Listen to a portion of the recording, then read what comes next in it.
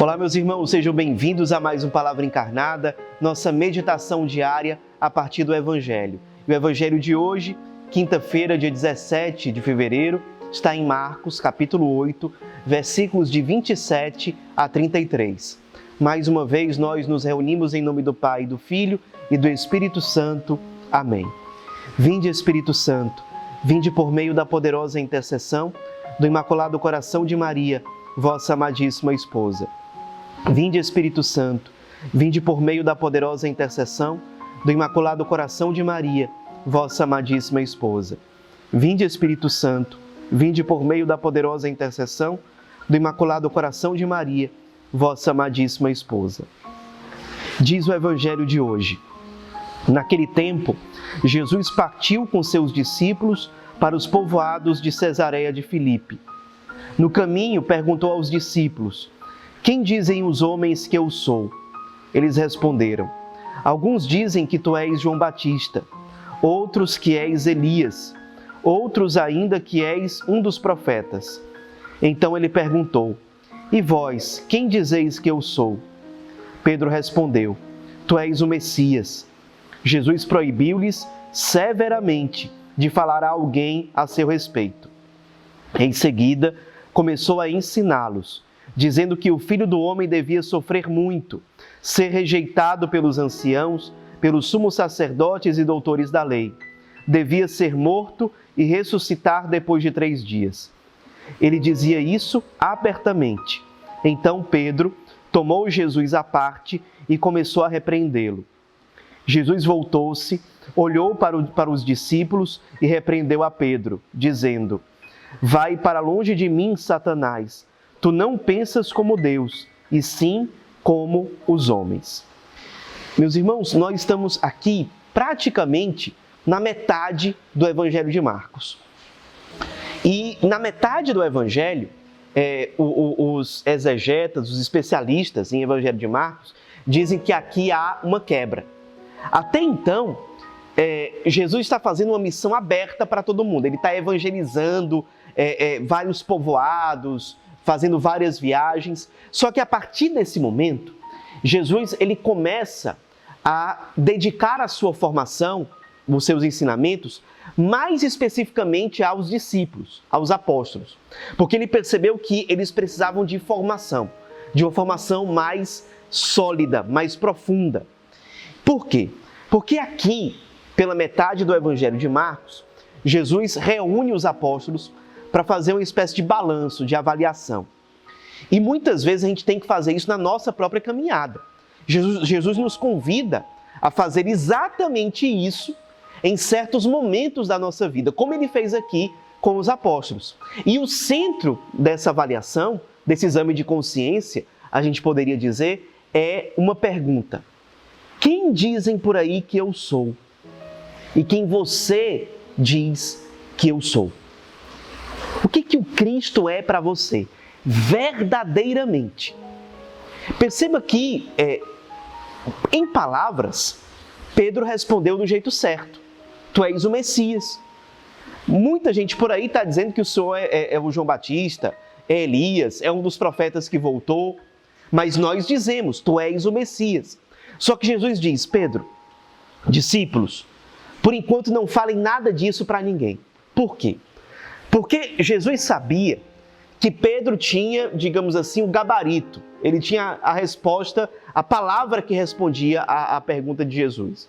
Porém, o entendimento de Pedro sobre isso ainda era muito raso. Tanto que Jesus começa a falar aqui sobre o que iria acontecer com ele. Ele iria ser entregue, ia ser preso, ia ser morto. E Pedro fica muito incomodado com aquilo. Porque isso que Jesus está falando não era compatível com a imagem que Pedro tinha na sua cabeça sobre o que era o Messias, sobre o que era o Salvador. E muitas vezes acontece isso na nossa caminhada, durante a nossa vida espiritual. Deus demonstra ser certas realidades que são incompatíveis com as expectativas que nós temos sobre Ele, com as expectativas que nós temos sobre a nossa vida. Às vezes a expectativa que nós temos sobre Deus é que Ele nunca nos deixe sofrer. E aí, quando aparece um sofrimento, quando aparece uma cruz, a gente não sabe lidar e a gente entra em crise. Porque aquela cruz, aquele sofrimento, aquela provação não é compatível com a ideia que nós temos sobre Deus naquele momento. E aquela crise, como Pedro entrou em crise aqui nesse momento, deve nos levar a purificar a fé que nós temos, a purificar a imagem que nós temos sobre Deus, a imagem que nós temos sobre Cristo. E quando Jesus fala de cruz, não é para colocar medo nos apóstolos, é para purificar a imagem que eles tinham sobre Cristo. Por quê? Porque a motivação que os discípulos têm para cumprir a missão está diretamente relacionada, essa motivação, com a ideia que o discípulo tem sobre qual é a identidade de Cristo. As duas coisas estão relacionadas, a minha motivação e a identidade que Cristo tem para mim. Se Ele é verdadeiramente o centro, por exemplo, eu vou enfrentar as minhas crises e as minhas dificuldades sabendo que Deus vai dizer a última palavra. Por quê? Porque eu estou enfrentando aquela situação colocando Cristo no centro. Se a minha fé é muito egocêntrica, sou eu que estou no centro de algum modo, quando eu experimento uma crise, aquilo me desinstala, aquilo me desestrutura. Só que essa crise pode ser uma grande oportunidade para me ensinar que aquilo que eu tinha não era ainda uma fé verdadeira. A fé que eu tinha, ela precisa ser amadurecida, ela precisa ser purificada. E Jesus nos dá uma grande dica aqui no Evangelho de hoje.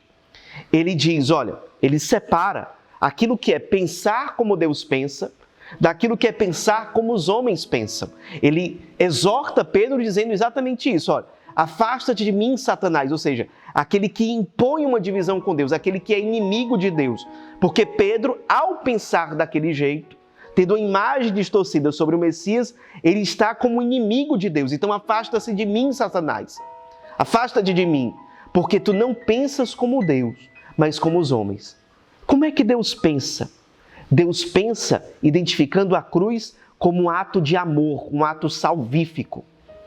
Enquanto que os homens marcados pelo pecado, eles pensam de uma forma egoísta, indiferente. Eu não sei se vocês já tiveram a oportunidade de ver, mas lá em Paris tem a casa de um escritor muito conhecido, antigo, chamado Victor Hugo, ou Victor Hugo, para dizer em francês. E lá tem uma imagem de Pietà na casa dele, um grande intelectual, só que uma Pietà distorcida. Existe lá o corpo do Cristo sobre o colo da pessoa, só que a pessoa, em vez dela olhar para Cristo e se compadecer dele, essa pessoa está pensando. Ela não está olhando para o Cristo que está ali sobre o colo dela. A pessoa está assim, olhando, pensando. E nós podemos ter uma fé desse jeito, uma fé distorcida.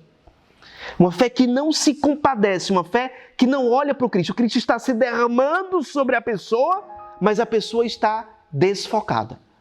Ela está, na verdade, indiferente ao Cristo. Ela quer saber dela, das suas preocupações, dos seus pensamentos, mas ela não tem olhos para o Cristo. Isso é, em muitas situações, uma fé que abriu mão da cruz.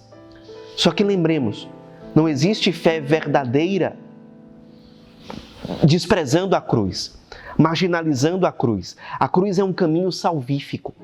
O crucificado é a nossa via de salvação.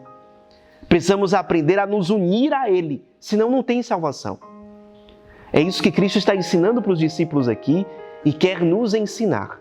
E talvez a falta dessa visão é aquilo que faz a gente entrar em crise. É aquilo que faz a gente não dar passos, ou aquilo que faz a gente andar para trás na nossa vida espiritual.